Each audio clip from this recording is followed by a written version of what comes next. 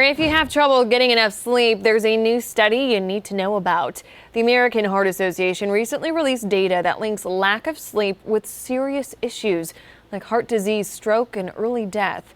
Cody Alcorn joined by a sleep expert now from Bon Secours to talk about this pretty alarming study.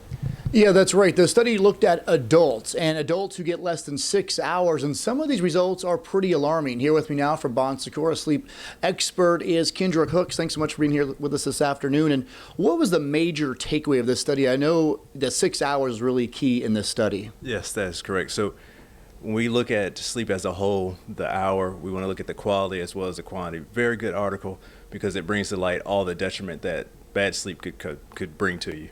So when we look at 6 hours as a number for sleep, we have to think about what can happen in that 6 hours.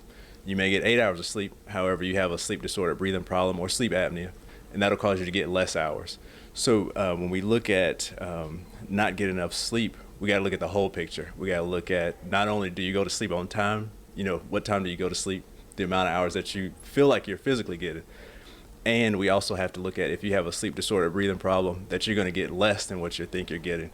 And that causes all the comorbidities associated with bad sleep, sleep apnea, shortened sleep time, hypertension, stroke, diabetes, even glaucoma. We can do that, hearing loss, a large number of things that go along with that. And it really paid a lot of attention to heart disease and diabetes as well, and it really kind of put a correlation with the sleep and what happens when you don't reach that 6 hour point. Yep, so that goes hand in hand with sleep disorder breathing. So what happens is the body tries to save itself from dying.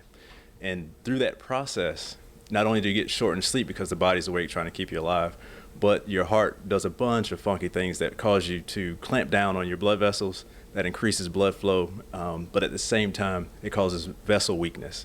So stroke, you get that vessel weakness in the brain when we have this vasoconstriction. In addition to that, you get the hypertension from there. The diabetes, that affects the liver. The sugar levels increase, causing you to have, and it also promotes insulin resistance. So all that comes from the sleep deprivation associated with like sleep apnea or sleep disorder breathing.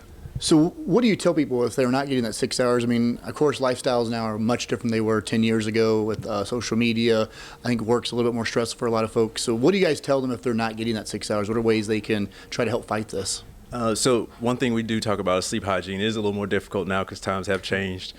We also try to tell everybody to have a sleep study because you don't necessarily know how much hours of sleep that you don't know the quality.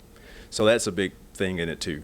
But we do have sleep hygiene. Try to go to sleep on time, of course. No electronics because blue light reduces melatonin levels by 50%. So that aids in you not going to sleep. Very bad. Temperature change, if you could take a shower before you go to sleep, the heat to the cold will actually help you go to sleep.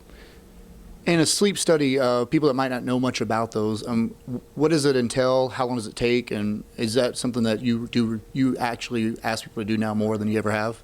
Yes, the sleep awareness, and that's why this article is so great because it brings awareness to what's going on. So we're trying to bring more awareness to sleep and how it affects the body. So a sleep study is all night long, about 8 hours or so. You come in the lab, we get you hooked up with EEG so we can see your sleep architecture, brain waves, a couple other things that we hook up so we can see your heart and how that affects and your breathing. The biggest part is breathing and how breathing affects your whole night of sleep. So we're able to compile that into like a picture for a physician and say, hey, this is what's going on with you. I see some things in your medical record that could be attributed to this. Okay. Well, thanks so much for being here. We really appreciate it. Some very important stuff here. And of course, if you missed any of this interview, we'll have it up on our YouTube channel as well and on foxcarolina.com. So for now, we'll send it back to you. But the important thing here, if you can get a sleep study,